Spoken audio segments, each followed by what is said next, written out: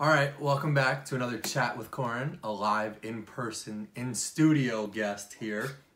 My brother-in-law, Max, Molly's older brother, Doreen's younger brother. So you obviously have met Molly, you've met Doreen, you've met George, Max's dad. Who else in your family have I interviewed? Anybody else? Me and Rachel, my cousins. Me and Rachel you've met. Max is very interesting. He's got a good story. Max has a great heart. We'll get into a little bit later, a story that I have the first time I met Max. But prior to getting on air, Max has a girlfriend with 2 daughters who, right before we got on air, were his production assistants. They were styling his hair. They were getting him water. Picking out my outfit. Picking out his outfit, prepping him with candy, make sure he was good for air. So I want to open up and ask you a question about that, because you don't know necessarily when you graduate or when you're dating someone. You know, people always say that there's baggage that comes with it or whatnot, good and bad. In this case, I see it from the outside as great. You know, Brooke, your girlfriend, has 2 daughters who are amazing. What's that been like for you, sort of, and I know they call you sort of bonus dad. Yeah. What's that like, sort of being thrown into like a father-like figure, something that you might have never experienced really before? I mean, it was definitely different. It was nothing that I'd ever experienced before. I came in a situation, obviously I knew what came along with it. I do What did you think first off, like being a father was like? I mean, like, did you watch your dad's chat first off? Yes, I did watch my dad's chat, yeah. I watched that one, the whole thing. And we'll get back into the original question, but like, your father's very like wisdom and like, you know, very thoughtful. Like, what could you take away from your father becoming like a bonus dad?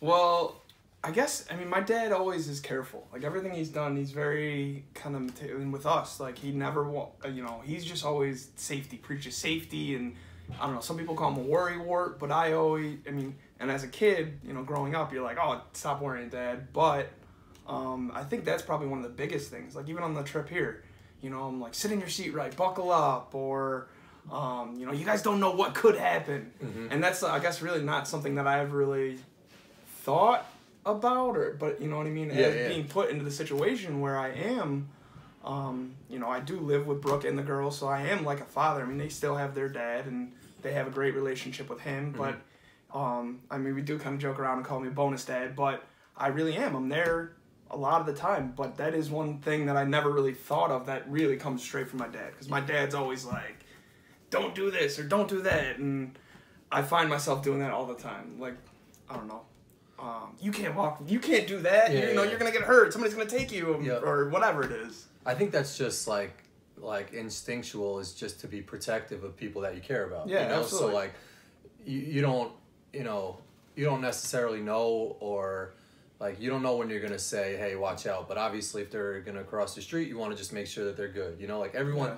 Like, Molly does this, and I do this with Molly, is if she's driving and she's going to change lanes and I think there's a car there and I'll tell her to stop, you know, she'll freak out and be like, I see the car, you know, or something like, and I'm sure the girls will say, like, Max, I know not to cross the street, or I know I have to sit in my seat. That's the thing. Like, it's fine. No, it's fine. Exactly. So let's take it a step back. First, you know, if you want to introduce yourself. Yeah, hi, Corin's World. What's up? How are you guys? I'm Max. As Corin said, I'm Molly's older brother. In the scheme of like all our family, I'm kind of right in the middle. I have 2 older siblings and, I can think about it, 4 younger siblings, and then I'm in the middle. But Molly and I are a year and a half apart, so we're pretty close in age. Mm-hmm. We were always close growing up. We actually lived together for a little bit in college. Mm-hmm. But yeah, I'm an older brother, and would you say you have any closer relationship to any sibling, or like it was probably Odie? Mm-hmm. Just because Odie and I are like super close. We're 3 months apart. Odie was, you know, is our cousin, but we adopted him like when we were real little. So we've always just been close. We shared a room. We lived together for like 5 years. We're both guys, so there's just certain things we relate to a a little better. So I would say I'm probably closest with Odie. Would you say your relationship changes with siblings as time passes on? Because I know with I was close to my sister because my parents got divorced and we moved to a different town. My brother stayed with my father. I lived with my sister. So we sort of had a stronger relationship than maybe I had with my brother. But then as the years went on, I've had a stronger relationship with my brother. Something I've seen with you is your relationship with your youngest brother, Quincy, sort of evolve as he gets older. That maybe when you guys were kids, it could be more of like a, bickering, fighting type of situation, right. whereas maybe as he gets older, he starts to look to you for advice. Have you started to see that more with a younger sibling? I mean, well, look, your first question, it absolutely changes. You know what I mean? You're closer to certain people depending on the situation. When Molly and I lived together in Cortland, like, she was obviously the closest, I was. Or, when, you know what I mean? It changes that way. It always, like, kind of ebbs and flows. Mm-hmm. But with my little brother, he was so little when I was 10 when he was born. So he was, like a little kid, not a little kid, but he was like a fun guy to play with. I just played with him, you know what I mean? So we didn't really bicker too much. Mm-hmm. Like I would always say he whined, stop whining. But he never. But as we grew up, so like your second part, as we grew up, we got closer because now you can relate on more things. You know what I mean? For a long time, it was. I mean, I always loved hanging out with Quincy, but for a long time we couldn't relate. Whereas now, there's just he's 20, almost 22 years old. Like there's more we can relate on. Yeah. I think that you could potentially get some fatherly type experience with a younger brother, Yeah, I think so. I mean, we would always be, any of us, whoever was home at the time, hey, you're watching Quincy, you know what I mean? Yeah. We were all old enough that, well, by the time he was 4 or 5, that any of us could have, stayed home with him or, just all kinds of stuff. We would be, it was kind of a little bit. I mean, we still had our parents, and they were still the final say, but we definitely helped take care of him and help kind of watch out for him in a way. Like, I remember I took him driving when he got his license and stuff like that, Yeah. So when you guys were young kids, I know, Ninja Turtles were a big thing for your family. Huge. And something that I want to get into, we can get into now is your father was a big karate guy, so I know him growing up, and he spoke about it on the chat, was that, he was into the old, Bruce Lee movies and, all the kung fu. Yeah, he was always into it. Stuff like that. So something that he didn't do it for his children. You guys obviously did it, was get you guys into karate. And something that a lot of families do is they'll start their kids young in karate, and I feel like it's just worldwide. Every kid will do karate. How many kids do you know? I mean, did you do it at one point? Yeah, I did karate. That's what I mean. Everybody, I was a yellow belt. Everybody, and that's my thing is I got up to I don't even know the belt systems, but it might have been the 4th belt, and then it just either fizzled out or I stopped going.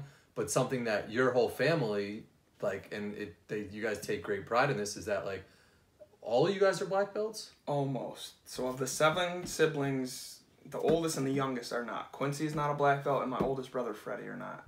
But the 5 of us in the middle all are black belts. And my mom actually took karate for a long time. She stopped when she got pregnant with Quincy, but she probably would have been a black belt too. So that's a good enough reason to stop. Yeah. But so why do you think so many people start karate and then either fizzle out or don't continue on with the black belt process? It's a commitment. It's a commitment. Minimum 2-3 years. My school, it's actually a little bit longer, but it's a long commitment, and it's tough. It's not like soccer or basketball that has a season where, you can go for 3 months and then you don't have to go for another 9 months. So you know what I mean? It's fresh again when you start. Karate's just year-round, and it's a drag. And if you stop going, then you get back. So it's a commitment, you know what I mean? You have to commit to at least, like I said, 2 or 3 years, and most times more than that. And I don't know, a lot of times, I mean, you don't forcing Nix to do things she doesn't want to do. And I think a lot of times parents... And, I'm not trying to, take a knock on anybody or anything like that, but, when kids aren't interested anymore, they're you know what, that's fine. You tried it, you did it, let's do something else. But my dad, and I have to give, really credit to my father, because, and my mom, absolutely, because my mom drove us to and from, and we didn't go close. It was, almost an hour away. My parents were, always, but my dad especially was staying in it. My mom took us there, but my dad was the one who was you guys are going. I don't care how mad you are. I don't like you're going until you get your black belt. Yeah. At that point, you can decide what you want to do, but you're going until your black belt. And his reasoning was that shows commitment.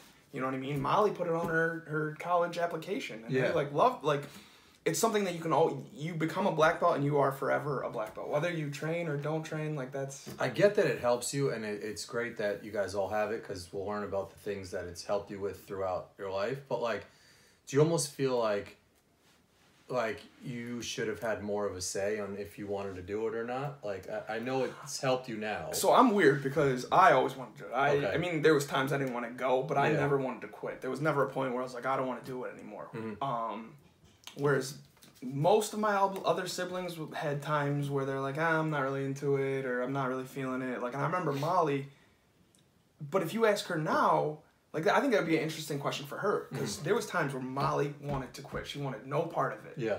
But then, like, when we were older, I don't know if you remember when we were in school, she kind of came back to it, and we were out competing again, and she, like, so I guess I'm kind of the wrong one to ask, because I never was pushed. I always wanted to go. Yeah. But I could see where there could be some resentment, you know what I mean? Where if you're making a kid do something for 2-3 years and they don't want to do it, I could absolutely see. Yeah, and that's what I'm trying to balance too, is like, you mean, like, obviously the parents are the ones who should know, you know, you should have an idea for what the kids want to do. They obviously can't make decisions, like, for themselves at such a young age, but just balancing out, like, you know, how long they should do something and if they want to be doing it, you know, so, like, obviously karate's great, but, like, if, you know, someone's daughter says, like, I don't want to do this anymore, I'm not into it, then, like, to keep, you know, forcing them to do it, where you're saying, like, understand, like, this is going to help you in the long run, is, like, a balance that is, like, going to be tough to figure out, you know? I think for my dad, though, the biggest thing was, like, you know, finishing something through to completion. Like, you guys started this journey, I really would like you to finish this journey. Just to, like, it's something that you completed, you know? I'm going to turn the fan on. I don't know, it just seems like a lot of people these days, or just in general, like, start something and don't really follow it through. So I think that was, his thinking was like, no matter what, you guys are going to finish this, you're going to go till the end. And you've seen that, so where you guys are from, upstate New York, is, like, in my opinion, different from where I'm from, downstate, which is, like, a little more, like, the parents are more, like, where I'm from, like, the parents are very hardworking also. They're, you know, super successful. They've worked hard to get where they are. A lot of parents have also been handed a lot of things, too. So they've inherited a big company or wealth or something like that. Whereas I feel like a lot of people in upstate New York are just, like, grinders. They're, like, go-getters. They're, like, just more gritty. Do you think there's a different mentality of people, like, in upstate New York compared to, like, other places you've been? Yeah, I think so. I mean, it is a little more blue collar, I guess I would say. I mean, there are certain parts that, you know, there is people, lawyers and doctors, people that aren't necessarily, like, not that they're not hardworking, because they're absolutely hardworking, but hardworking in a different way. Yeah. But I guess I would say upstate New York is a little bit different. But I don't know why. I guess I don't really know if I can, like, pinpoint why I think they're different or what. But I do understand what you're saying, where it's a little more gritty, I guess. Like, but gritty in a different way. Because, like, New York City's gritty. Yeah, it's, you know what I mean? People from the city and even just that area are a little more, I guess, like, kind of, like, apt to say whatever they want. Like, not whatever they want, but they're not. Well, that's New York scared to be like, get out of here. Whereas. But one thing, it's not very diverse, the area where you're from. No, not and at something that you're obviously not white. No. Your brother Odie is black. Yeah. So, like, you guys have hung out, you know, very closely a lot growing up in, you know, upstate New York. Have you come across certain situations that have been, you know, not just, I don't know the right word, not strange, but just, like, you've been like, what the hell? I mean, there's been times where it's been, like, straight up racist. Like, I mean, and not necessarily directed towards me, like, initially at least, but like you said, our family is all different shades. If you see my dad, he's dark, like, he's dark-skinned black, and then my mom's white. We're mixed. 4 of the kids are mixed, but then we adopted 3 of my cousins who are also black, so we were everything. But I mean, it started when we were little. Like, people would ask my mom, like, oh, like, what do you, and I'm sure Molly gets it, but they'd be like, oh, what, are you volunteering? Is this like a inner city program or something? Because we lived out a little more rural, so they'd be like, oh, you must be watching these kids for a while, like. But then Odie and I played hockey, and that's a predominantly white sport. So I mean, we heard the N-word multiple times, just all kinds of stuff in school. We went to a Catholic school in like a nicer rural area, and people said some stuff. So how? I know like karate has helped your, just like be I guess like a better person and like mentally tough and all that stuff. But like, how do you face those situations? Because like, at first, like I would be furious. I'd want to like attack someone or like, it always seems like you guys like, even at a young age, and I didn't really know you at a young age, but from what I've learned from your father is like, even through his stories, it's just sort of like, people are going to say shit, take it, and then sort of just understand that like they're in the wrong, like how do you face those situations? Because I've never... I mean, differently, right? Like you grow up and you learn. I remember one time we were playing a hockey game and a kid called Odie the N-word. Odie skated over the bench. He goes, yo, you know what this kid just said to me? And he told me. And I said something to my coach. My coach was like, okay, don't worry. Like, and I was like, no, not okay. No, not don't worry about it. I went out and I like completely hit the kid, like dirty hit, got a penalty. My coach was like furious, kicked me off the game, like made me like go to the locker room and change. Wow. And I was pissed because he was like, why are you going to do that? Like it was a tight game. Like you just completely took the team. And that was, I guess, opposite of what you're talking about. I didn't handle the situation well. So, but I mean, you could have handled it a lot worse. Yeah, that's true.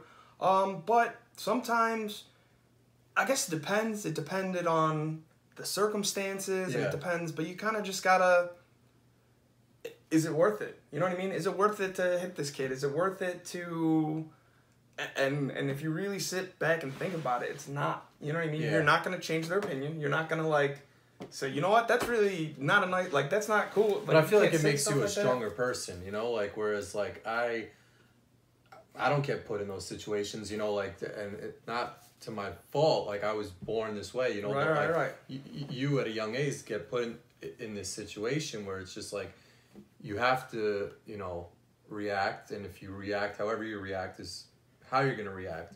But, like, something that, like, made me think, did you ever see that viral video? It was like a Texas high school game or something like that, where the referee was like calling the game, and then I think it was like the DB or wide receiver called one play, and they just like straight out took the umpire out, and like he got mad sympathy online, but like then it came out later that he was calling the kid the N-word the whole game or something. Really? Like that. So no, I didn't see that video, but it honestly, it doesn't surprise me because I don't know, it happens more than you think. And I think that's the one thing. Somebody asked me the other day at work. They're like, oh, you never like... And I'm like, no, because he didn't know what I was, right? He didn't know what...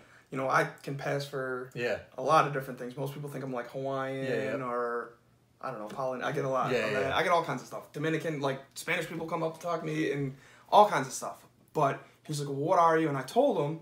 And then he asked me, he's like, so, growing up, you never really... And I was like, no, like it happened like pretty often. And he was like, wait, what?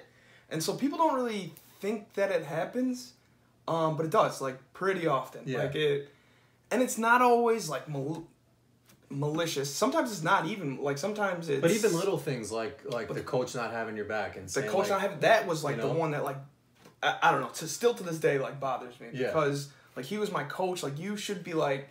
I also had a coach, right? So here's another story. I had another coach, same organization, same town, same everything. He heard it. We didn't even hear it. He got off the bench and walked in the middle of it. I stopped the whole game. Stopped the entire game.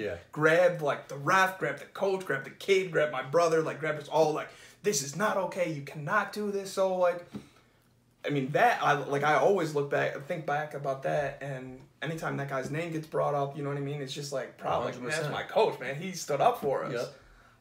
It makes you think that, like, these things are so much bigger than the game, so, like, who cares if you guys lost the game for that coach, Like, and it's like, if he would have, like, said, Max, that was great how you handled it or something like that, or, like... My thing was, we told him, we were like, Coach, this is what he said, and he said, don't worry about it. And and I was so mad at the kid, we were losing I think we were down by 1, and it was a chippy game anyway, so I was already kind of... like in a bad mood, and that like just kind of set me over the edge. I was like, all right, he's not saying anything. This kid's saying this. Like I'm taking it into my own hands, basically. 100%. So now back to the martial arts thing. Like, do you feel that you've learned as you've gone on with martial arts to like, you know, you can defend yourself better, or like you use these tools that you've learned and, you know, in a situation like, I mean, I think the biggest thing, martial arts really teaches you like that it's not about going out and like, all right, I can fight anybody, or I can. It's about knowing that you know how to defend yourself, and that you only need to use those in a time when it's life or death, or when it's somebody's attacking you, or there's a real reason to use it, not to just go out there and like, all right, let me go punch this kid, let me go fight this kid, or let me. So I mean, in every class in almost all karate schools, there's like a creed or thing you say that says like, I mean, ours talks about developing yourself with a positive manner and to never be abusive or offensive. So you just say it's like a mantra that you say every class. That's like, I'm gonna use my head basically. I'm not gonna go out there looking for a fight.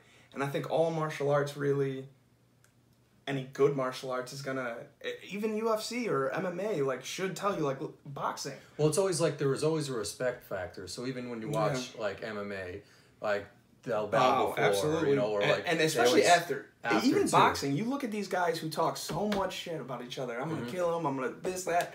After the fight, they always like embrace. I love you. You're great. Like, because I think in fighting, there's nothing like it. You know what I mean? It's you versus the other guy, and you give your all. You're giving everything you have into it. So you know they're doing the same. You agree. Like I'm gonna hit you. You're gonna hit me, and there is a respect factor. Yeah.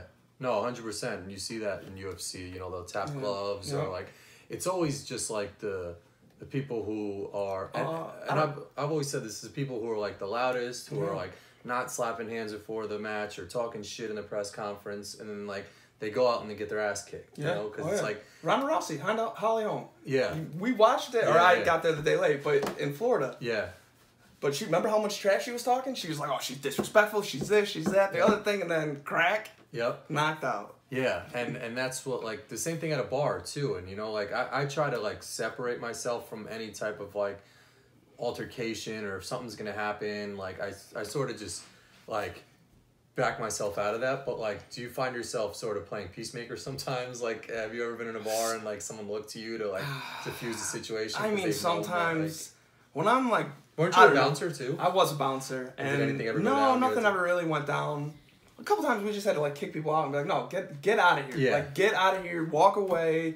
You know, just tell people to walk away. You know what I mean? A lot of times people don't listen, but they'll like start to walk away. Like you separate them enough, get enough space. And well, it's like a macho thing, and something that I respect about like martial arts, and we can get into it now, but like you had a house party at Cortland.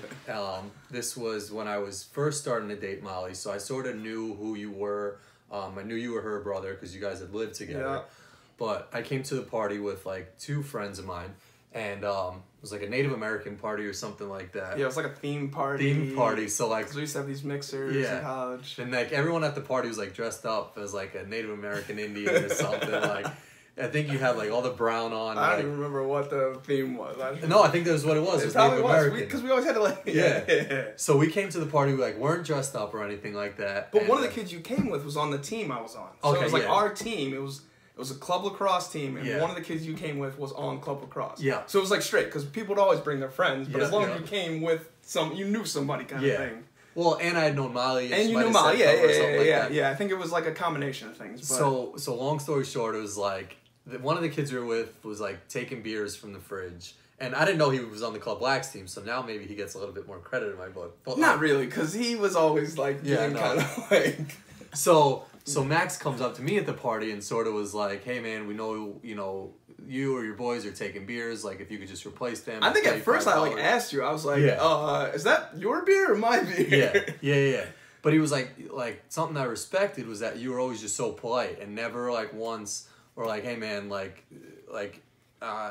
started getting aggressive, or your voice rose or something like that. And there was just always like a polite factor about you, you know? And that's something that I think a lot more people need, is just that first level of like, hey, let me figure out what happened. all right, even if you did do something wrong, like, right. can you, right this situation? And I was more willing to, like, figure out what happened and work with you. Right. Whereas, like, you see people in the bar that are just hot-headed and they don't, like, sort of think first before they act. Whereas, like, karate might teach you to think first before you act, I mean, karate kind of played a part in that. I think that's, like, kind of more just growing up and just kind of who you are, right? Because, like, I don't know, like, because I think people are stitched how they're stitched sometimes. You know what I mean? There are certain things that'll, a ton of things that can help change you or become who you are. I mean, everything shapes you, but there's a little part of it, like, there's certain things, like, you may not recognize it now, but when Nick's is 18, 19 years old, you're like, I knew when you were 18 months old. Yeah. Or, you know what I mean? You were just like that when you were 2 weeks versus old. nurture, like, but, because I'm kind of one of, I think if people are just nicer to each other, the world would be a better place. And I 100%. know, like, maybe that's, like some, I don't know. No, it's like, true. Weird way to look at it, but I just think if more people just were, like, nicer, like, hey, like, it would just be a better place. Like, I think people are so quick to be angry or this isn't right, or that you did this. It's like, no, like, they made a mistake, or they, like, I guess I'm more willing to, like... Well, you have a positive outlook on life, which is, like, I'm interested to ask, like, how you've kept that positive outlook on life, because you've had a lot of situations that have almost, like, pulled you down. Like, so we'll get into it, but you're now a firefighter, but the whole process to become a firefighter wasn't easy for you. Like, no, so I went to school. We went to Portland together. I went with Molly. I didn't graduate. I left after, like, 3 years, but I wasn't, like, my grades weren't good. I came back, started going to school. That didn't work, so then I was just working. And what was it with school that didn't really, like, resonate with you? Why did you think you did well at Cortland? I think I got caught up in the just the Cortland. But you weren't, like, a crazy partier or anything like that, from what I remember. I mean, not really, but I wasn't really focused. I didn't really. I don't know. I always would be like, oh, I'll fix it. Like, next semester would be fine. Like, I'll go back, I'll take all these classes, and then I'd start going and not. But I wasn't really focused. I didn't really know what I wanted to do. I wasn't really interested in the classes I was taking. I'd switched my major to something that was, like, way more complicated. And I didn't really have, like, that end, like, all right, this is what I'm going for. And I think some people, it works. Like, I can just go to school and get my degree and then get out. Sort of. I don't know. Some people, I mean, it's like, just switch degrees and it's fine and I'll figure it out. But for me, I think I needed, if I'd had, like, this is what I want to do and this is what I need to do to get there, I would at least been better. I don't know if it would have worked, but it would have been, for me, it was better. It would have been better. I don't know. I think I just kind of, not necessarily, like, the partying, but just having a good time. Like, just being with my friends, hanging out. Like, I didn't really want to study or want to... No, that's fair. Yeah, and I was just curious as to, like, like, nobody really at that age knows what they want to do, right. So it's like you pick a major at 18 years old, 19, and, like, you're expected to think that you want to be a lawyer, you want to do, like, criminology or whatever the hell other people I also sign up just to think do. College isn't necessarily for everyone. Exactly. And I think we try, not that we, like, shoehorn everyone, but, like, I don't know about you, but I remember when I was graduating, like, I knew I had to go to some school and, like, because I'm not going to be the one telling them I'm going to the community college or There's that perception. I'm just going to work, because it's like this perception that you're, like, less than, right? But I know plenty of people who never went to college, make a great living, have no debt, no student debt, and they're doing fine. But it's, I don't know, when you're 16, 17, 18 and you're in school and that's all anyone's talking about, it's a lot of pressure. And I think I would have been better off if I had maybe gone to a community school to get my feet wet and kind of, I don't know. It just, at that time, it wasn't right for me. Yeah. So going back to staying positive, which you've always done, how did you stay positive after those 3 years and say, like, things are going to be fine, like, I'll figure it out? Because there were low times. I mean, there was definitely low times, and I didn't always stay positive. I mean, I remember there was some times where I was not really happy. I was just kind of going to work and then going home and just waiting until I go to work again, eating some food and watching TV and just, like, trying to pay my bills, and it was tough. But I don't know. I mean, you can't really Was there anything that got you through that like made you think like, all right, maybe this is gonna be fine? I mean, I think the karate school, that was one thing that I always kept my foot in the door. I mean, even when I was at school, I'd come back and train a little bit, and then when after school, after that time, I went back to the dojo and I was not even just train, like, so like you like that, don't sell yourself short. Yeah. So what are your accolades for karate, just so people know like you're not some bozo? So I'm a 5th degree black belt in Shotokan and Goshin Jitsu, karate. They're both karate. Everybody's always like, what type of martial arts? So it's karate, which is Japanese. Well, there's tons of different and there's a ton. Right? So that's where it like gets you could start with the whole thing of martial arts, right? Okay. Martial arts is any form. I mean, boxing is martial arts. Wrestling is technically martial arts. Jiu-jitsu, kung fu. So that's martial arts. And then you have like different disciplines like jiu-jitsu. They don't really strike. Your brother does jiu-jitsu. Yeah. It's all like basically wrestling, but with like locks, arm bars, chokes. So there's like striking martial arts and like non-striking martial arts. So under the striking martial arts, there's like karate, there's kung fu, which is like Chinese, like Bruce Lee was kung fu. There's taekwondo, which is in the Olympics, that's from Korea. And then there's like boxing. I mean, there's a ton of different stuff. And then under karate, it started in like the 1800s. So it started with one thing, and now it's just kind of like branched out. Yeah. And regions of where people but live so for karate itself, which is Japanese martial arts, that's now separated, and then people came over to America and they started styles over here, and so I do karate, which is Japanese martial arts, and I do Shotokan, which is like one of like the 5 original karates, they say. But I compete in sport karate, which is tournaments that allow anybody to come as long as you follow the rules of the division. You can fight, you can do forms, weapons, a bunch of stuff. So we've competed, our whole family's competed since I was a little kid. I started when I was 5 in karate, and I started competing around 6. And karate has done some pretty cool things. I've gone all over the world now with it. But I've won like 4 world titles in karate in 3 different leagues. The one I've done most recently, the one I think you're talking about though, is called the WKC, which is the World Karate and Kickboxing Commission. And I've gone to the World Championships in Montreal, Italy, 3 times in Ireland, and this year I'm going in Niagara Falls, and I've gotten a gold medal, 3 silver, and 2 bronze in the past like 4 or 5 years for martial arts. So I think that's what you're talking about. I've gone some places. I've been all over the U.S., like all over, and a lot of it when we were younger was all with the family. So that was like so much fun, just traveling all over the country with my family to go for martial arts. So how does the karate differ in different countries, or is it practically the same because it's the same branch of karate?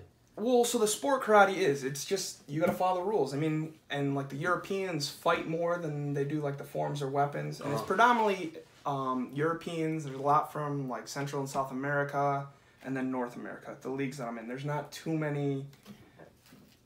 Countries outside of that. Like our world championship last year, I think had 15 or 16 countries. Okay. But it's not like there's like Japan coming and stuff like that, which would be awesome, but they still do very traditional karate. And this is sport karate pretty much, not started in America, but it like really got its like footing in America in like the 70s and 80s. So in other countries, like I said, in Europe, they're like fighters. They come to fight. They don't really care about doing like the forms and weapons, which is more like performance, and you're scored, how well you do it and how clean it is and all kinds of stuff like that. They're coming to fight. I mean, we still fight. Like our school does all of it. Some places just fight, some places just do forms. But that's, I guess, the biggest thing is like what people specialize in. I would say is different in different places, but it's the same stuff. I mean, we still bow, put your hands up, and you start fighting. Yeah. And so, are you constantly learning in karate, or since it's such an old technique that it's almost just like this is everything that there is to absolutely learn? You're constantly learning. My thing now. How many level degrees belts can you go there's up to? 10 degrees of black belt in any style. If anyone comes up to you and says they're higher than that, they're a liar. Because 10 is the highest, and I don't care what thing it is, 10th degree black belt. But that takes years. My instructor is 69 years old, and he's a 9th degree, and he's been doing it since like 1972 or something like that. it's like a lifelong thing. And once you get up that high, it's not really about what you can do. Like, it's not like, oh, he could touch you and you die. Like, it's about what you give him back and the fact that you've spent so much time and you've now passed on to the next generation. So it becomes more like that, I think. And so how do you how do you develop when someone, because I don't know, I'm very skeptical. I think like that a lot of these karate gyms will like, when you say it's year round, I get the impression that it's just like they'll drag kids on and it's like they keep them coming back to the gym because it's just like, you know, money and all this stuff. Like, how can you balance? You have to kind of pay attention as a parent. You have to look at what they're doing and seeing what they're doing. I mean, there's some places you go and you come to this karate school and all they're doing is playing. They're having Nerf gun wars and tag with the belts and like they're not learning anything that's going to help them develop themselves. We went to a karate school for almost a year, quit. Found another guy, we've been here with him 29 years. Yeah. Just because the other guy it was all about a money grab. You know, you had to pay more money to do this, more money to do this, more money to do this. Like, to really learn. Like, your whatever fee was to, like, do, like, punches, a couple punches and kicks, and, like, push-ups and stuff. You weren't learning any katas or forms, which are, like, sets of moves. You couldn't fight for that price. You couldn't learn weapons. You couldn't do anything. Everything was, like, extra. Okay. So you kind of just, as a parent, I would say, look at it and kind of see. Use your resources. I mean, now we live in an age, Molly was telling me about Angie's List for contractors. And, you know what I mean? Look around, kind of do a little research. I guess I'm saying it's kind of right to be skeptical. You'd have to, not every school is made the same. I really believe that. I mean, there's a lot of good ones out there, but they're not all made the same. And so, I mean, I've seen some of the like techniques you do and those katas with like the like different steps. It's like step like 1 and then it goes up to like 20s or whatever. How do you remember all that stuff? And like if you take a break or hiatus from karate, like does it just come right back to you, or it's like you gotta? For me, yes, but it's because I've been doing it for 25 years. Molly, I bet if you at first she wouldn't remember, but once we started doing it, it would come back. Pick back up. When you're a kid and you're only in it for like a year and then you stop, like you're not gonna have that same muscle memory. Yeah, exactly. I have forgotten. My dad always makes a joke. He goes, "You've forgotten more stuff than you learned in karate," and he's probably right. Yeah. Because you know you learn a ton, and we learned in our system. But my instructor was always like, if someone else has something they want to teach you too, like absolutely go and learn and bring it back. Show us. Yeah. He's always been one to like, you know, kind of let you figure it out yourself. Not figure it out. I mean, you still have to do what we do. Yeah. But, you know, he's absolutely encouraging you to try something else. And, I mean, as long as you're coming back, maybe not like, hey, go over there with this guy. But, like, we would go up to Canada all the time and train with people. I would travel to other places in New York and train with people. And he, like, encouraged you. He's like, hey, the Bronx. Like, go train with these guys. Go take what they have and bring it back to us. If we like it, we'll, you know, figure out a way to incorporate it into what we do. Yeah. So back to your one question about how do you keep learning, I think that's how. By not necessarily saying, this is where I am, I've been doing this for 20 years in this place, you're only going to learn so much. You know, your instructors, and most places are like that. They only have what they know, their system. They're not trying to really learn, because I think some people are scared. They're going to see somebody better, and they're going to be like, you know what, I'm out. Yeah, I think that's what, like you said, separates a good coach from a bad coach is someone telling you, like, I'm confident in my shit enough. Like, go explore other stuff, learn other stuff, because I'd be curious too, you know? Yeah, absolutely. It's like I'm confident in what I do, but I know I'm not the best. Not that I know I'm not the best, but I know other people have. It's like a good teacher, anything, politician, anybody. If you think you know everything, it's over. 100%. So you're figuring out what you want to do, you know, and karate's getting you through that. And like, as it sounds, it's like you've learned all of these things that are making you explore different outlets and avenues of like maybe careers you want to do. How did you eventually work your way to the fire department? Like, and that was something that you decided you wanted to do. Well, like you said, I was working my way through it. I was working in restaurants, you know, barely making, you know, just making enough, but barely making enough.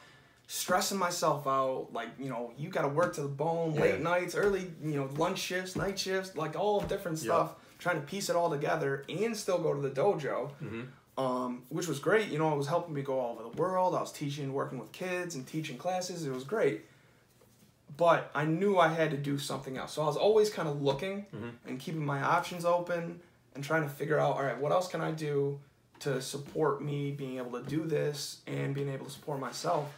And a couple things. I mean, my cousin, my cousin Jimmy was a FDNY firefighter, and he was also a volunteer in upstate New York for a while. So I had been introduced to the fire service when I was a kid. And I always loved going around the fire. He would bring us to the firehouses when we were little. I feel like every kid loves every kid does it. Yeah, absolutely. I mean, or a firefighter comes to work or school or something. Exactly. They would come to school and do the fire drills and stuff. And I always loved it. It was a great thing. And I actually wanted to volunteer for like years. I remember one trip I went, I came back and I was like, all right, I'm ready. Like, what do I got to do to volunteer? And he was going to kind of help me out with that. And then it was again at karate one day my instructor was like, hey, he's like, I go golfing with a bunch of these guys and every day I drive by this billboard and it says they're hiring, so I really think you should sign up and take this test. And so I signed up, got ready, I got prepared. They offered some classes to kind of help you to get ready for the test, to tell you what the material was.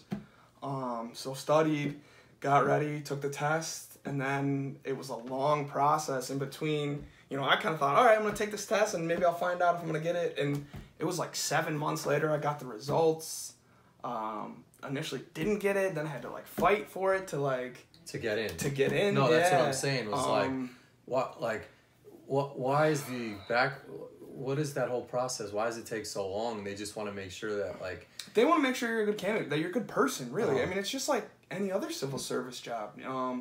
And civil service is police officer, forever, right? Police officer takes longer, even. Or, say you're going to work for the FBI, or you're going to work, I mean, there's... State troopers, long... I mean, even the military, right? You can't just go in on a Tuesday and sign up for... And on Thursday say, hey, I'm going to the Army. I mean, that takes months. Like, you don't really... But they want to make sure that you're worth the investment, that you're not going to hurt yourself, you're not going to hurt anyone else, that you're not a jeopardy to the citizens, that you're gonna be responsible and you're gonna do what's necessary and what's possibly beyond what's necessary, that you're a good character. So I think the test, and there's so many laws with civil service.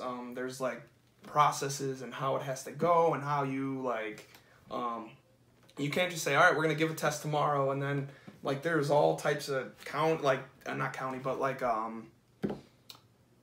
city or whatever entity you're working for, a city or a county, councilmen and people in government, I guess, that have to certify the test to make sure that no one cheated. It seems like there's so many it's almost like a state test. New York State test, right? Remember how structured and can't open the test and nobody can see it, and so it's kind of like that, but not for the state. It's like a smaller whatever municipality it is. It just has to be it has to follow the rules, I guess. It's crazy to think that there's all these, and you're a firefighter, so it's different from a police officer, and I don't want to put you in this predicament where you have to sort of answer this question, but you see all these viral videos and so many police officers, and obviously there's great ones, but there's all these. Okay, what's the majority? That would be my first question. The majority of them are not good videos, right? Majority of these videos are bad. Yeah, but then again, I don't see a video of I don't see many videos of a cop helping a lady cross the street or something like that, which I'm sure there's tons of those videos as well too. So we had a video in my city that went viral of this cop, he actually molested this kid.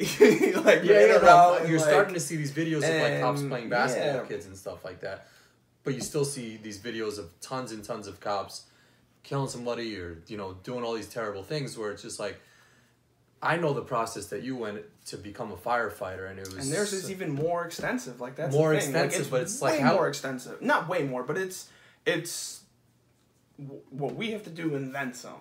I just feel some of the questions, and I haven't seen any of the questions, but you could figure out if someone's racist or all these things, but it almost seems there is a way to get around some of these tests because they're still hiring some of these terrible people. I mean, so the first thing I would say is that I think... Do you think it varies also by where they're from? Yes, absolutely. Okay. I think the test... everything's determined a bigger by... city might be tougher than Yeah, but it's all determined... But maybe not. Maybe it's easier. It's all determined by what that area needs, right? And what that area... Who's in charge at the time. Because that's the thing. It's all governed by laws and stuff, but all that stuff can change. So it depends. I mean, some, like, I don't even know. I know what I went through where I live. I have no idea what it would take to become, if you were like, hey, I want to become a firefighter, what do I do? I'd be like, like, I mean, I can make some phone calls and, like, maybe help you start to figure out, but I would be learning just as much as you did. You know what I mean? So it varies from place to place. Like, I work in a, like, for a city, like for a small area, not a small area, but I work for a city. Mm-hmm. There's the county around me, and they have like multiple departments. I have no idea how that works. Like, I know how mine works. I have no idea how the other one works. And then there's also little towns. And then there's little towns that are volunteer, and then there's like combination, and there's all different kinds of setups. And I don't know how. I know how mine works, and I have some idea how some other works, but so I guess that would be my first thing is like, depending, like I know the state trooper is different from NYPD is different than Westchester County Police is different than, you know what I mean? So all those test processes are different, all the hiring processes are different. What you go through during that application process while they do your background check could be different. Yeah. Some do lie detectors, some lie detectors are illegal. They think, you know what I mean? Yeah. So there's that. And then my other thing is, well, my first, I didn't say it, like, I think most police officers want to help people. Yeah. I don't think people are, like, getting into police for the majority. I do think there's some, but just like anything ever, you're going to have you're going to have people that are good, people that are at any job, right? You could work at Walmart, right? You're going to have great Walmart employees, you're going to have mediocre Walmart employees, and you're going to have terrible Walmart employees. Yeah. And I don't think...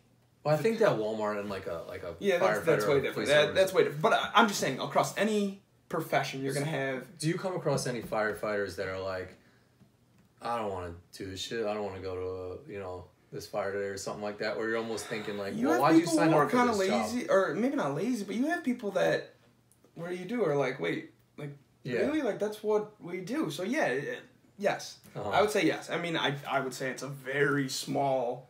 Percentage. Because like you said, like if you're signing up to like save people, there's a part of you that like, it's just like you're instinctually a good person because you want to help people. Yes, you want to help people. And that's rare to find, like you could find any other job where like you don't even interact with people. No. So I think if there are people that are like, oh, I don't want to go to this fighter or something, like it might just be they've been there forever and they're tired of this and they're like just waiting to long career, or you know what I mean. And it's different now. 2019, everybody has cell phones. There's smoke detectors everywhere, all over people. So I can't imagine what it was like being a firefighter in the 70s. Like I read about like the Bronx in the 70s when they say the Bronx was burning. These guys were going to fire after fire after fire, and that wasn't just the Bronx, right? That was all over the country. People were filing fraudulent insurances and burn it. Like, it was just a different time. So for us, it's not necessarily like the fires. Everybody pretty much wants to go to the fires because they're few and far between, but it's some of the other calls that guy, and it's not everybody, and it's but yeah, sometimes you're like, oh man, another one. And whereas I'm brand new to the job, I'm still like, all right, another one. Another one. But it does. I mean, it wears on you, and it's also. And I cannot imagine for a police officer, right? Because I see, we go to a ton of calls with the police. I see how people react to the police officers and how I wouldn't be able to do that job. I just wouldn't. You know what I mean? We show up and people usually not have a smile, but like when we're walking around the neighborhood, people have a smile. Oh, hey, Miss Fire. Like, whereas people aren't doing that with the cops. Like, the people aren't like. Do you get any resentment towards police officers? Because you make a good point. Like, a firefighter's walking down the street, you're giddy, you're happy, you're going to bring your son or daughter in front of them. Like, a police officer, you put your guard up right away. Like, and maybe because they're holding a gun and you know that you can get a ticket. Right. You act straight, you check yourself, you're like, oh man.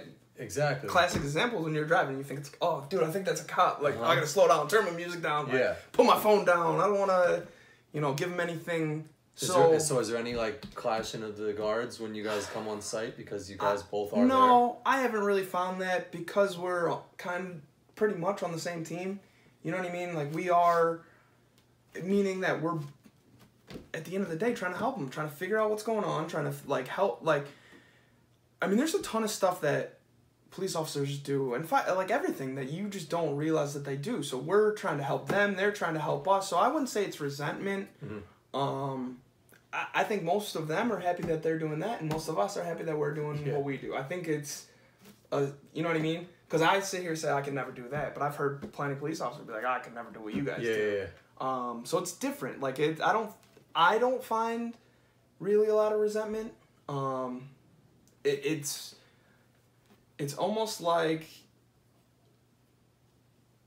we're on one team and they're on another, but we're playing the same sport. Like, you know what I mean? No, it's not really like versus. You're all fighting for the same thing. But there is a little bit of like kind of just like ball breaking, like, you know, it's probably just we like cool talk about them like, oh, you guys are, why don't you go to the donut shop? No, exactly. You know, whatever. It's like some back and forth for sure, and anything that's ever like police versus fire gets like amped up, like usually like almost to the point of like we don't play certain contact sports anymore because it gets the rivalries. I'm there. sure, yeah. But I would say like out in the public and on calls and stuff, I wouldn't really say there's really animosity. I think they like what they do and we like what we do. Yeah, no, that makes sense. So just talk about being a firefighter a little bit. So there was a strict process to become a firefighter.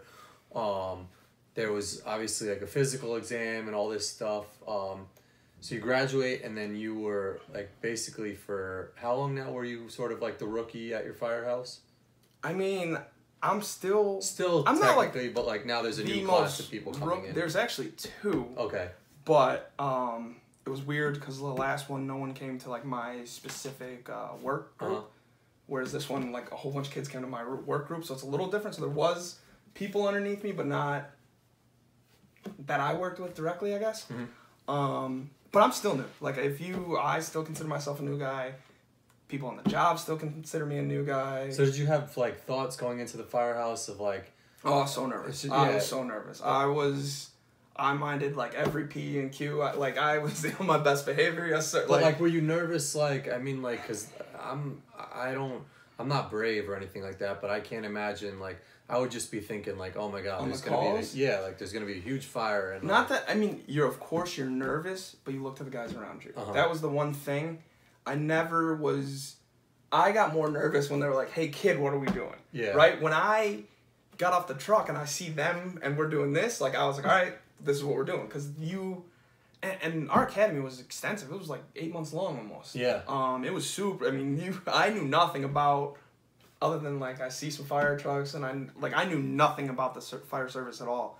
And we became EMTs, and then we, 6 months, that was 2 months, or more than 2 months, and then 6 months of, just fire training, fire skills, and from how to throw ladders, run the pumps, drive the trucks. There's so much stuff to do. Dude, I can't even, I can think of it all if I sat here, but, all kinds of stuff. How to use your air pack, and you put your equipment on. I mean, I don't know, you weren't there. My family all came. Yeah, I went to one of the firehouses and just saw all this shit in the firehouse. Yeah, but this is in the academy. We had to put all of our gear on in under 2 minutes. And there's zippers and clips and buttons and hoods and you would just practice putting your stuff on. Like something so simple. That was the first week was just putting your stuff on, taking it off, mostly putting it on. So how fast do you get dressed super fast now? Not really. It's so different. No, because even on the truck, once you're in the firehouse, you're half getting dressed on the truck, and you're but so you have a pretty good base. I mean, if you're you practice your skills and you use you have a pretty good base. They teach you not everything you need to know, but a good starting point. And then you just learn from the guys around you, the guys that have been doing it 20, 30 years. You know what I mean? Sometimes you sit in that truck and you're like, all right, he's got 25 years. He's got, 30 years. He's got 15 years, and I got a year and a half. Or, you know what I mean? Now I'm at 2.5 years. But so do you ask these guys how they did stuff? Oh, absolutely. Absolutely. I'm a question asking kind of person. But to me, that's the best way to learn. It's and what are some of the things that you've learned? I can't even tell you all the things, from things how to act, what to say, what not to say, what's the right, decision. not decision to make, because everything is different. I mean, that's the one thing I think I love about it so much is no 2 days are the same, and no 2 calls are the same. You can go to the same house for the same reason, and the call's not going to be the same from one time to the next time. But you can go to the same call on it. Like, it's just every situation can change at any moment. It can, it's just, you don't know what's going to happen. So you can't say like, all right, this is what you do on this call. Like, you have an idea of like a plan kind of, but that's the thing. You ask, hey, have you ever seen this happen? Have you ever seen that happen? So, I mean, all kinds of things. Just what your role is on that position of the truck or the engine, whatever you're riding on, because that's one thing you do go over it in the academy, but like you don't really understand it until you're out there doing it. Is like every seat on the truck is a different job, responsibility, and so even just learning that, you know what I mean? Learning, all right, when I'm over here, this is what I got to look for and what I got to do, and when we roll up to this call, I'm expected to do X, Y, Z, and so for me, it's just mostly learning that kind of stuff. Learning how to cook. You know, cooking in the firehouse is a big deal. You eat together, you make big like family style meals and eat. So like watching the other guys, all right, what's he making? All right, maybe I can make that. Like, so can you be a firefighter and not know how to cook? I mean, there's some who aren't great for sure. But like not even not know how to great. Like I don't know how to make any food. But if I just wanted to become a firefighter, like you can do it without. You learn on the job. Because I couldn't really cook, but a little bit I could cook a few things. I could look some stuff up and be like, all right, I think I can figure this out. But my cooking menu has expanded. Like, so do you say?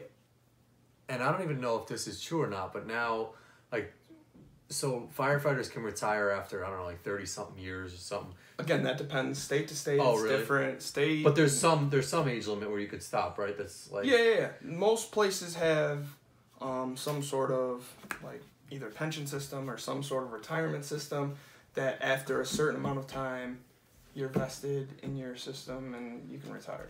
I haven't seen too many, or like I don't know a lot of chefs, but do you think a lot of firefighters either become chefs or like is there a firefighter cookbook or out? There's definitely firefighter cookbooks. Okay. I've looked them up. Like when I didn't know what to make, I've looked up some firefighter cookbooks. There's also Firehouse Subs. There's Firehouse Subs, which actually was Firehouse. Your boy, Guy Fieri, Diners, Drive-Ins, and Dive. I watched one, and there was a restaurant called Halligan's, which was like a certain tool that firefighters use. Oh, and really? The guy was an retired fireman, and almost everybody he employed were guys that like retired. Right. So yeah, there's a place near us that's called Hose 22 that was like an old firehouse converted, and they have like other things to do with that. Got it. So there are definitely some people who kind of... Yeah, I just feel like that goes hand in hand. There's people on my job who've opened restaurants. Oh, really? Yeah, so it does kind of go hand in hand, for sure. I wouldn't say like a large majority of them do, just because that's a whole nother grind. Yeah. Working in a restaurant is a grind. Like, I don't know, like that's a whole, like I was a part of it for almost 10 years. Yeah. Maybe 10 years, a little less. But it's a grind. It's a grind on your body. It's hard. It's not easy work. Interacting with asshole people. And it's tough.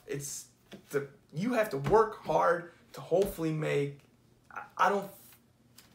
It's not easy to make a lot of money cooking food. It's just not. The profit margins aren't really there. You know what I mean? An egg is 30 cents. You can only sell it for $2. You know what I mean? Mm-hmm. Anything. So I think more of them go into things with like construction, because it's something that you learn. We learn a ton about building. You have to know how things are kind of put together and how to turn the gas off at a house, how to turn the water off, how to, we go up on roofs during a fire and you have to do certain things. And so there's a lot of stuff, I mean, I would say more so than the cooking stuff is like construction and like blue collar stuff, like stuff like that, plumbing. We have a ton of guys who do it while they work there on the side, and then afterwards they're doing plumbing, HVAC, electricians, carpenters, stuff you're like that. A jack of all trades. You kind of have to be, So how do you balance the fact that and I don't want to make your job too dreary or whatnot, but how do you balance just chilling in the firehouse 1 minute, cooking, relaxing, watching football, and then getting a call for a big fire, and ultimately you're putting your life on the line? It's sort of scary to think about, you know?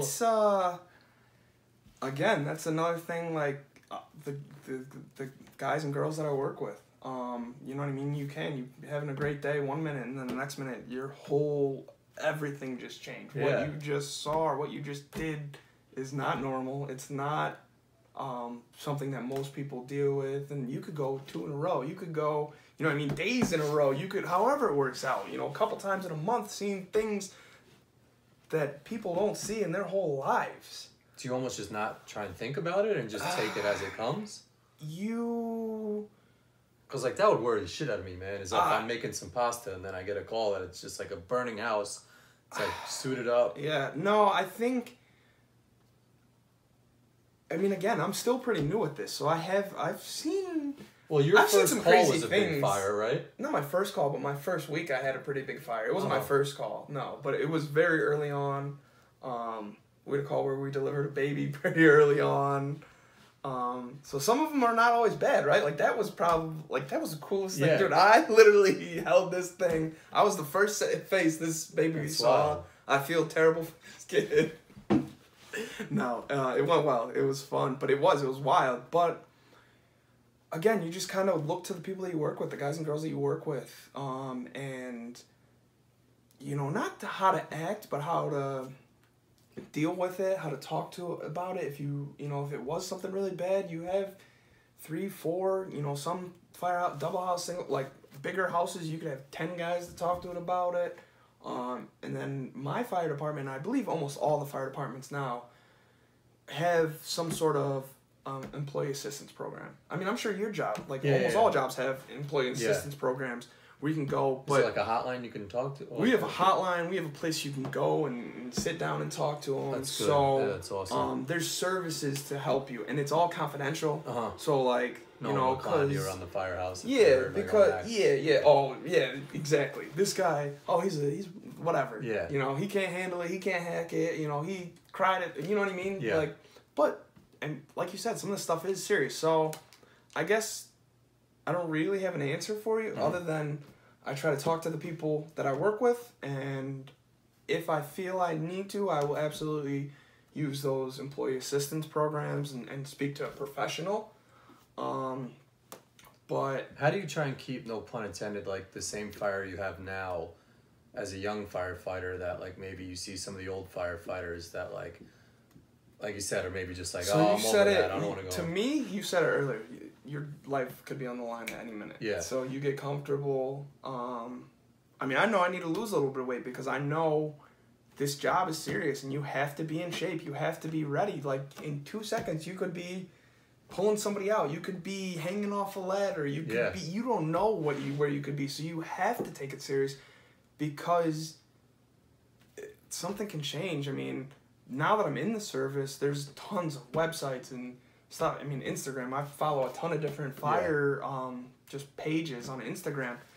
But there's websites and stuff where you can look at these near misses or line of duty deaths or and it's just... Does it make you appreciate things outside of work a little bit more or not necessarily? Or you don't even realize that? I wouldn't say it's like something I've like realized. I mean, maybe it has, but I wouldn't say I've like... Because I don't really feel like I've had like a near-death experience yet. I mean, I'm sure it's going to happen. I'm going to work, hopefully, a very long career. So I'm sure at some point it'll happen where I'm like, that was crazy. Yeah. Like, it's a dangerous job, I guess. 100%. So it will happen, and maybe, but I don't think I really, like, oh man, I appreciate... What's your perception on, and I'm sure a million people have asked you this, but like these like reality TV shows about fire departments? Oh, like a Chicago Fire or something like that. So my girlfriend loves Chicago Fire, so I actually sit there and watch it, and she hates it because I'll sit there and be like, that's not real. That's not how they do this. That's not how... I mean, they do what they can to try and show, but it's just like anything else. I mean, if you ask a doctor what they think about ER, they're going to tell you, like, yo, this is like this is that, this is that. The one cool thing, though, now is they actually have a few shows, I think to like 2 or 3, that's... So there was Cops, obviously, back in the day that show kind of what police officers do. And I've actually heard from, and I don't know if this is true or not, but I heard a police officer say that was the most realistic. Well, Cops was real. I know, but now they have this thing called Live PD. Yeah. And they have a couple other ones. But they said cops, like, if you really wanted kind of like a idea that cops back in the day, like Bad Boys, like, that's the best one. But they have Live Rescue, and they have another one. I can't remember what it's called. Something, but it Live has Rescue a firefighter or something? It's firefighter, EMS, cops, and they have another one that's kind of like the same thing. Okay. So it'll show like ambulance people, police officers, and so those are kind of similar. But so I guess my thing is they glamorize it, right? They try to make it like storyline. If you watch Chicago Fire, every single show, every single episode, they're going to 2 or 3 like huge like fires, biggest of your careers. This just blew up. This thing's hanging off, and we got to do something crazy. And like that's not how it works. Like you're not going to. I mean, you may go to 14, 15 calls a night. You're going to 14, 15 fires. They do things that you're like, that's just like completely unsafe. Like they'll take all their stuff off in the middle of a burning room or so they definitely like dramatize it. That would be my thing. They have to. They have to. Otherwise, like people aren't gonna watch it if it's like boring. So that's my thing. Is it's definitely like over like dramatized, and they definitely do things that are kind of like crazy. But some of it, like they do kind of do a good job. Some shows do a better job of showing kind of like the firehouse life. Like there was Rescue Me back in the day with Dennis Leary. Yeah, I was gonna say I remember Dennis Leary. And that actually showed kind of. I mean, they kind of got a little. I feel like not racy, but I mean it was an older show too, so you could kind of get away with a little. I mean, back like 2002, 2003, 4, like you could do and say 100% what kind of thing you cannot get away with these days. Yeah. But just like the kind of like brotherhood and the fighting and because dude, they'll be in the firehouse and guys will not like fist fight, but they'll, you know what I mean? You guys are with each other the whole time. You're living there with each other. I mean, it's a firehouse. Like it's especially like career places where you're, you know, they're staffed 24/7 with multiple people. You're living and eating with these people every day. Not every day, you're off sometimes, but like every day that you go to work for long periods of time, you're living with these people. So just like a regular family, there's, you know, you butt heads, things happen, you clown on each other, or like the old vet in the house that was watching a TV show. Right, it's kind of like your dad, like you take care. Like I worked with, like when I first came on with a guy who had like 29 years on, and everybody used to tell me like, take care of him, take care of my man, like take care of my man, like just to, and not that I have to like wait on him hand and foot or anything, but just like make sure hey, what do you need me to do, like, you know, he's got I got this, like I'm the new guy, I'm the one, like so I don't know, I guess my whole point was some shows do kind of show that brotherhood and some of the stuff that happens. I mean, it's kind of like a peek behind the wall, I guess, a little bit, but it's definitely cool. I mean, I think it's awesome that like you've always done things like whether it's teaching karate, or like lacrosse stuff, but like you're always, I mean, you've always put yourself out there to help other people, and you know, karate was a big part of that, and now Firefighter is a big part of that. I think that's important. I think that's really important. At the end of the day, like when you give someone a present, I don't know, I always feel better when I give somebody like a dope present, like, yo, they really like this, as opposed to me getting something. Like you just get that feeling inside. So if you have the ability to help someone, I've always thought that, and I that was just kind of instilled in me by my parents. You know, my mom's always been the type, like she'll give you the shirt off her back, and my dad will sit there and talk with you through, and you know this, no matter who you are, it'll be some dude, he'll talk with you through this problem until it's like solved, give you every piece of advice he has, but he'll also get like whatever he can give. Both my parents are like that though. Yeah. So I think that's kind of just instilled in me, just to help people if you can. So last question, this is a common theme that I've seen through a lot of people that I've chatted with. It's just like, it seems like, you know, there's just some like fate or something that like will draw you in the path where you're supposed to be, you know, and whether it was like you were around the dojo when you were trying to figure out what you want to do, and your sensei or Hanshi, whatever he goes by now. He's Hanshi now. He was sensei, then Shihan, and Kyoshi, then Hanshi. I think that's all the names he's had. But like he saw the billboard of the firefighter job. And he knew a bunch of firefighters too. And he knew a bunch of firefighters too. But like, do you think that like like, what would have happened if he didn't see that, you know, like, or like, I have no idea. You know, I have no idea. And I look at it as, I mean, I know it's like a cliche, but like you are the average of the 10 people that you hang around with most, they say. So like, I don't know, I've heard it. Like, basically, you kind of become who you hang around with, right? Think about it though. Like over the course of your life, you know, in high school, you kind of were more maybe into this because that was your group of friends, and it's not that you're like wishy-washy or something, but it's just how you are. So to me, I think that's why the karate school was always so important, because I was always around good people, like good-hearted people with good intentions, people who, I don't know. For me, I just think it's good people in martial arts. You surround yourself with good people. Good things are bound to happen. Are bound to happen, kind of thing. So, I think that's just kind of the circumstance here. Is I was around the right people, and not the right doors opened up, but kind of. I mean, it was like a crack. I mean, because I definitely had to do some legwork, like you said. I mean, the interview, the whole process was, I don't know, a year and a half, and like, you know, I had to fight to get in, and it was tough. The academy was tough. You could easily wash out if you don't like do what you need to do. So, but that opportunity was kind of shown to me because of who I was hanging around with. Mm-hmm. So, I think that's a big thing. Is like, you know, put yourself around the right people and in the right situations. I think good things are bound to happen. Mm-hmm. I mean, if you hang out with knuckleheads, you're gonna start doing knucklehead stuff. But if you hang out with the right people, you're gonna. I mean, think about it. You're hanging around with people that are committing crimes, you're eventually going to commit crimes. But if you're hanging around with people who are studying all the time and you know, you're in college, right?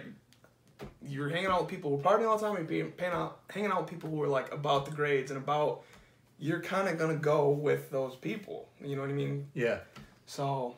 What type of growth, path is there within firefighters? Like, obviously, there's, you know, you're a firefighter, and then maybe you become a chief or something like that. But like, so it's like in my department, it's many steps. But you can become like a lieutenant, you can become a captain. So there's different levels of promotion. So there's like different levels there. There's opportunities, and again, it's gonna differ place to place. But there's like staff opportunities. You can go into fire safety, which is like more like building inspections. Sounds boring. Yeah, but they used to have guys at the ice cream store that would come in and check the sprinklers and stuff like that. Or yeah, like but that might not the tag on a fire extinguisher. So that is actually not. Well, at least again where I live, because it's always different. Like every place is structured how it works for them. But where I am, that's all done by like outside companies, like contractors. Really? Those aren't like fire department. Because they used to pull up with the fire trucks in Scarsdale and do that. So again, it depends. But like where I am, we have fire safety who will come inspect, like, if you have a commercial kitchen, right? Mm-hmm.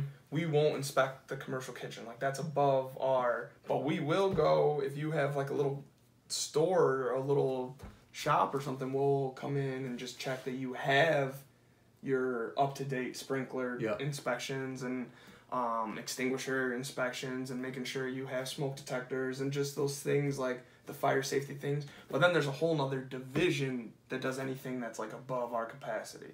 Like, we won't do certain things just because we don't have the knowledge of it, right? Like, we're not more worried about it, but like our day-to-day is more worried about going on calls and helping people, whereas their day-to-day is checking these things. So they're familiar with it. They also have to get certified to be able to do that. But that's one division where you kind of inspect buildings but they also do all kinds of stuff, like write reports on, like, if there was a fire in this giant high-rise building, like, this is where this part is, this is how this works. So they kind of do a lot of behind-the-scenes, I guess, kind of stuff. But then there's also fire investigation. So those are the guys, like, trying to figure out how the fire started. They go in afterwards, and they take pictures. So do people get in trouble when a fire starts? Oh, absolutely. Oh, you can, yeah. I mean, arsonists, there's all types of arson, like, 1, 2, 3. Like, it's a felony, I believe. Is that someone setting a fire, like, intentionally? Like, what if you're in an apartment and, like, your stove catches on fire? But no, then you're not getting in trouble. No? But it depends. If the owner, the landlord, whoever is in charge of that building knew that there was a faulty gas line was told to fix the faulty gas line, and then that gas line on that stove burned. And, so that's on the investigator to come back and do all that research? That's on the investigator. So the investigators, and again, certain places do it different. Like some states have investigators that investigate for the whole state, or some do it through the department, or some do it, like, there's all different ways that it can be done. It's crazy how that works, that, like, I feel like if someone sets a fire to the whole apartment building, like, there should be some automatic ticket that's just like, you're a fucking idiot, ticket. Don't leave your stove on. I still remember Molly telling me, like, she got into an accident one time, and then, like, the cop came to the hospital, I think, and gave her a ticket for, like, not wearing her seatbelt. Like, they're like, just put a cherry on top of her cake. It's just like, hey, you caused an accident, right. But here's your ticket because you were, you know. I don't know about... I don't know, and maybe that depends state to state, depending on your laws. So I don't know. I know where I am. If you accidentally cause something, they're not gonna, like. I don't think. Yeah. That you might be financially responsible. You might be. Yeah. But I don't think you're going to. I don't think. I don't even know for sure. But if you intentionally start something, then they can definitely. But that's why it's so important for the investigators, because, I mean, by the nature of it, a fire is going to destroy evidence. Yeah. Right? Like, if I start a little match over here and it gets big enough, you're not going to find that match. But they can tell where it started. They can tell, like... They could just keep see if there was this or if this was shady. So there's, like, a ton. I mean, that, to me, is kind of pretty cool, actually, I think. But that's another avenue. So there's a ton of avenues within the fire service. I mean, even while you're working, after you're working, like, there's guys who do afterwards go into, like, fire safety careers where they go around, like, for the state or for whoever and do it. So there's a ton of stuff that you can do through it, and you can move up the chain of command. So there's, or you could just, you know, keep doing what you're doing and keep going on calls. And, I mean, it's a great, I love it. It's the best thing I've ever done was become a fireman. So I don't know. There's a ton of options. No, that's fine. So it's all growth. Just happy with being a fireman. What's next for? Well, first, what's next for the karate? I know you were mentioning before. So we have Worlds in November in Niagara Falls. Mm-hmm.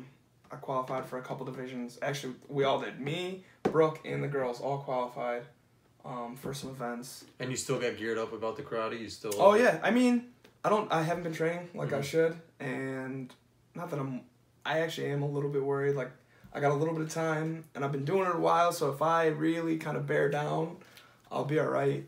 So it's just staying crisp with your staying crisp, and I should be training more than I am currently, and it'll come back. That kind of ebbs and flows too. You know what I mean? Everything in life kind of, you know, it's like sometimes you're like, hey, go to the gym, exactly, for 6 months and fall off the wagon. Yep. So, but I love competing. I love going, and now that I've done this internationally for such a long time, in May we went to Scotland for a tournament. Yeah.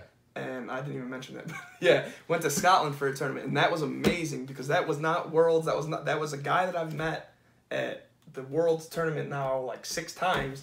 We went to his tournament. It was just a tournament in Scotland. That's pretty cool. And we spent the weekend there, and it was amazing. We met people from his school who like took us in and were great, and like, so I'm so excited to see all these people that I've now like that you do over the years. I mean, there's some people I still see who I've known 20, 30 years, or not 30, but close. I mean, I've been in martial arts 25 years, so 22, 23 years. So that I think is not more so, but I love going and seeing these people that because you don't see them all the time. Yeah, you see them only really at like pen pals or something. Yeah, like that. It really is. So where's the best place you've traveled to? Scotland was a lot of fun. But I think that was partly because of the people. Yeah. Like, I don't think I would have had as good of a time. I mean, Scotland's beautiful. It's a gorgeous country. It was amazing. I definitely suggest going there. Mm-hmm. But our trip was especially good because of the people you knew there. Italy was gorgeous when we went to Italy. Mm-hmm. Ireland was a lot of fun. But I would say Scotland was definitely probably... And that's really all I've gone internationally overseas. So we're supposed to go to Spain next summer, so hopefully that'll be fun. That'll be cool. Spain was fun. And then what's next for the firefighter thing? How do you see your firefighter career playing out? Is there I don't know. Or are you just going to take it day by day type of deal? I mean, I think the next thing, I want to go back to school. I want to go back to school and get my degree, yeah. get a 4-year degree in like fire science. Like there's multiple fire discipline degrees, so yeah, kind of to bring it all back. Yeah. That would be what's Does next. that help your career, or is that just something for yourself? It'll help you if you do want to get promoted. Oh, it'll help you. It helps in a lot of ways. It helps you. You just learn more about it. You learn different things that you won't learn necessarily on the line. Yeah. You know, there's sprinkler classes all about sprinkler systems, and not that we don't. I mean, we don't know necessarily the ins and outs of every different one. Mm-hmm. Whereas going to this class, it's a 4-month, it's a college class, so you may learn all these like little intricate things about it. So I just think you learn so much more actually getting out to a fire than sitting in a class. You know, Yeah. or like getting a sprinkler call. But like, say I do want to get promoted in a few years. I want to take go through the steps of getting promoted. It'll help. And it helps my resume. Like just like anything else, you get a resume. So yeah. That, and I want to take some classes, so that like that's like a more like sit-in class. But then there's also like technical classes. Like you can become rope trained. There's like swift water. There's all kinds of classes you can take within the fire service. There's like state academies and private academies and structural collapse classes and all different types of classes. So there's a couple that I have on my radar that I want to take because I've heard they're fun and just to have some different knowledge. You know what I mean? It's kind of like karate. Like I never really want to stop learning, because I think when you stop learning, you kind of, I don't know. I don't like to think they know everything. Yeah. Like to me, oh no, it's this. Like yeah, it's great to have a lot of knowledge, but like, go out and learn more. You know what I mean? There's nothing. No, that's a great model. So I would say that would be my next step, is just to keep learning. I'm so new. I'm not gonna say I want to do this yet. I want to let it play out and just keep learning. That's what I would say. That's awesome. All right. Well, thanks, Max. Yeah, absolutely. Appreciate it. Anything else you want to add before you? Subscribe, like this video. Subscribe, like it, whatever. Corin's World. Watch the Sports Buffet. It's a pretty good one. Buffet. If you have any questions about firefighters or fire safety or whatever, martial arts, yeah, definitely ask, because Max is a ball of knowledge, and I love watching you compete when you do. Like some of the greatest videos I've seen on YouTube and it's a really cool moment, is you and Molly competing together, and you've always been supportive of her. You guys have a very supportive family. You were like her test dummy when she's doing her we did a self-defense routine, and Molly like beat me up, so that's a good one. Go look that up on YouTube. No, I appreciate and admire your positivity and just good-heartedness, because you always are just smiling and just happy. Yeah. So thanks for that. I just want to thank you guys too for being great guests, or hosts, excuse me. You yesterday took us around downtown Chicago. Today we went to Milwaukee. You're letting us stay here. I mean, you guys are great hosts, so thank you for that. So. Yeah, for sure. All right, thanks for watching. Peace out. Corin's World. See you next time.